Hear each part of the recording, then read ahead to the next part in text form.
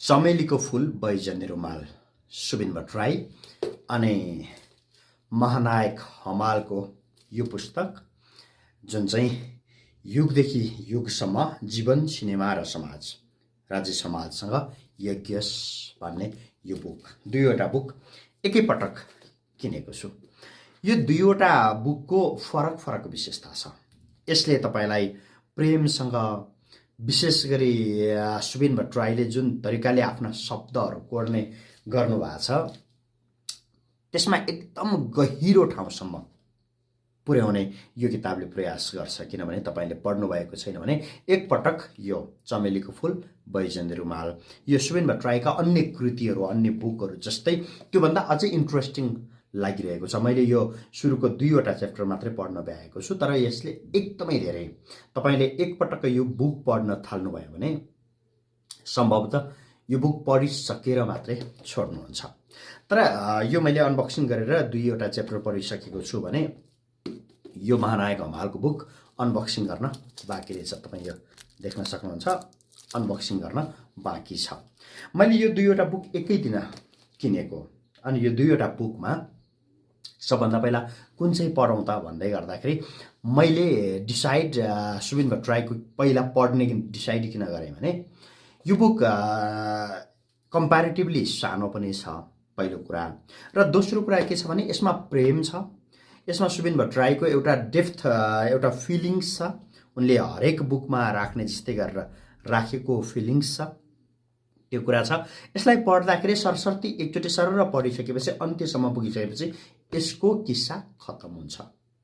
यसका जे यसमा समावेश गरिएको छ त्यसले यहाँ लामो समयसम्म, किनभने योभन्दा अगाडि मैले सुबिन भट्टराईकै अर्को बुक इजोरिया पढ्दै गर्दाखेरि लगभग 3 दिनमा त्यो पुरै किताब खत्तम गरेको थिएँ।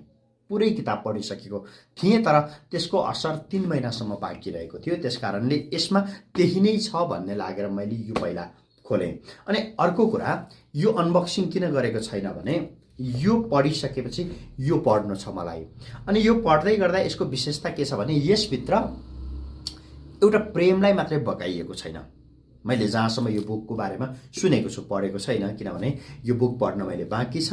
अनि यो बुक कम्प्यारेटिभली ठुलो पनि छ। अनि यो बुक पढ्दै गर्दाखेरि धेरै चिजहरूसँग अभ्यस्त हुन सकिन्छ। अनि प्रत्येक खण्डमा पढ्दै गर्दाखेरि त्यसको बारेमा सोच्नुपर्ने हुन्छ, त्यसको बारेमा अलिकति अध्ययन गर्नुपर्ने हुन्छ, त्यसको बारेमा अलिकति भित्रसम्म गहिरिएर जानुपर्ने हुन्छ। यसमा डिफ्रेन्ट कुराहरूलाई इन्क्लुड गरिएको छ।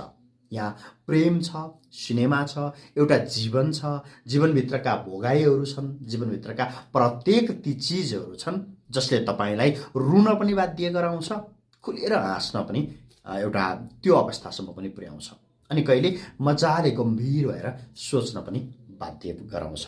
त्यस हिसाबले यो पढ्दै गर्दा अलि लामो समय लाग्छ भन्ने मलाई त्यो फिल भयो। त्यसकारणले यसलाई पछाडि राखेँ र यो बुकलाई अगाडि राखेँ। अनि यो दुईवटा बुक पढ्दै गर्दाखेरि, हुन त म नर्मली बुकहरू एकदमै धेरै किन्ने र पढ्ने गर्छु, किनभने पछिल्ला सुबिन भट्टराईको त यो अन्तिम बुक हो अहिलेसम्मको।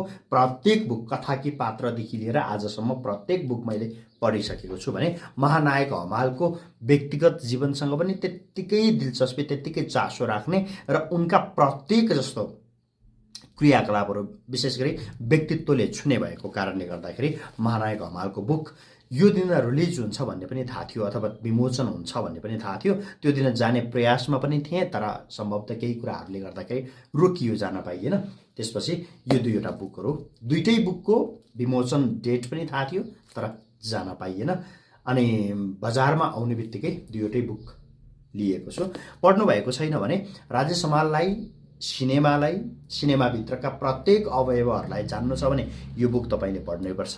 र एउटा प्रेमभित्रका चाहिँ उतार चढावहरूदेखि लिएर हरेक कुराहरू एउटा साहित्यिक रूपमा डेप्थमा बुझ्न चाहनुहुन्छ अथवा फिल गर्न चाहनुहुन्छ भने यो बुक पढ्नुपर्ने हुन्छ। म त दुईवटै बुक पढ्ने सजेस्ट गर्छु।